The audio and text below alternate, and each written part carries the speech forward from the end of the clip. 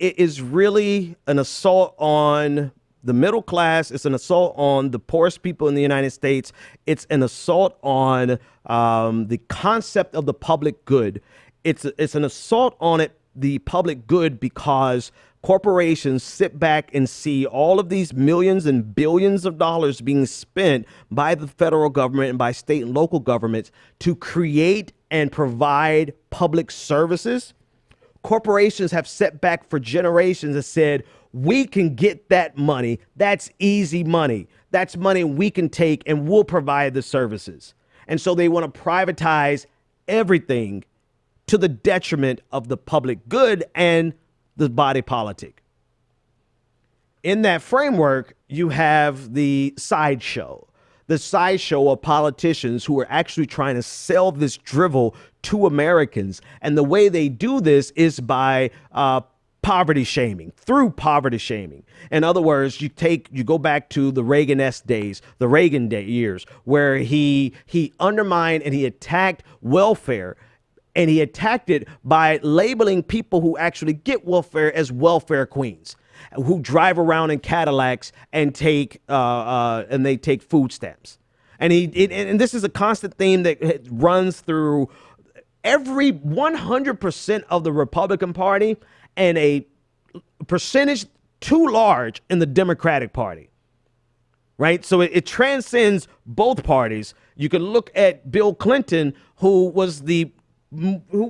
brought us, quote unquote, welfare reform. So this is something that transcends both parties, and it is a sideshow because it's not grounded in actual reality. It's grounded in anecdotes. That being said, today was one of the finest examples of the level of stupidity and hypocrisy that is fomented by this thought that the people are not entitled to anything from the government. And they do this by convincing you that something is wrong with you. Here's Jason Chaffetz, my favorite hypocrite, on CNN this morning. Listen to this fool. I think there's a lot of good things that we can do. But access for lower income Americans doesn't equal coverage. Well, we're getting rid of the individual mandate. We're getting rid of those things that people said that they don't want. And you know what? Americans have choices, and they've got to make a choice. And so maybe rather than getting that new iPhone that they just love and they want to go spend hundreds of dollars on that, maybe they should invest in their own health care. They've got to make those decisions themselves.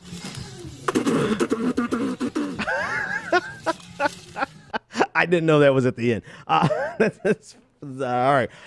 Jason Chaffetz is an idiot. The average cost of an iPhone was $700. It's expensive as hell. I would never pay straight out for an iPhone, but I digress. You cannot buy a bottle of aspirin in the emergency room for $700. The average price for a pill of aspirin is like $15 to $30. You get a container of 100 pills, you've already blown the cost of an iPhone out of the water. But that's not the point. Never mind the fact that mathematically he's challenged. The reality of it is, this is the way they get away with this. They make it seem as though poor people have frivolous desires and frivolous needs, and they go after frivolous things, and they don't do the responsible thing of using their money and investing it wisely so that they can take care of themselves and their families.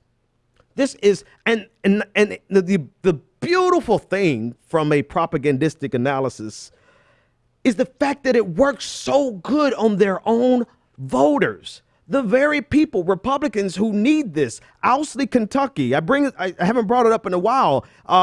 The highest percentage per capita of people who utilize welfare, along with the highest percentage of Republicans.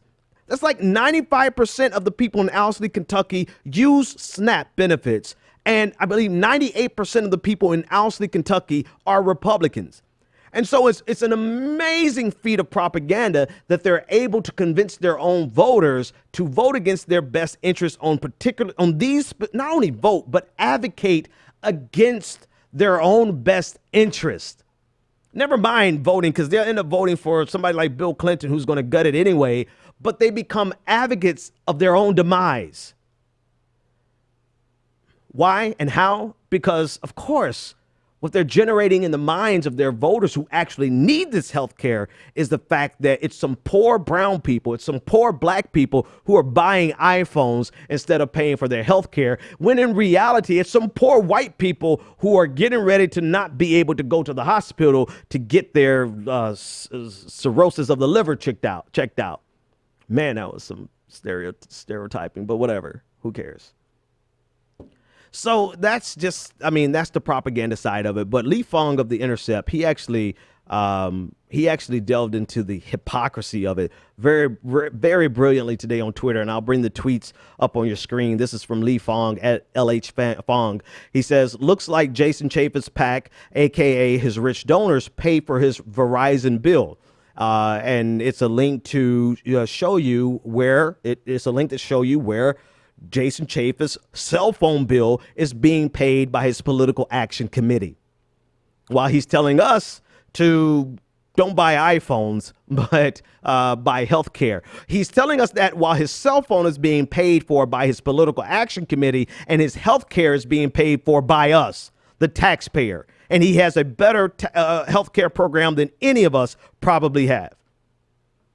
That's just one tweet. Here's another tweet from Lee Fong. He says, so to be clear, Jason Chaffetz's phone bills are paid for by campaign dollars via Pfizer, Northrop Grumman, Goldman Sachs, and etc. And he provided a link to opensecrets.org, which shows you that. And then there's one more tweet that I want to find here, which literally shows you that a portion of what he spends on a portion of what Jason Chaffetz spends from political action committees on his cell phone actually goes to, you guessed it, the Apple Store for iPhones.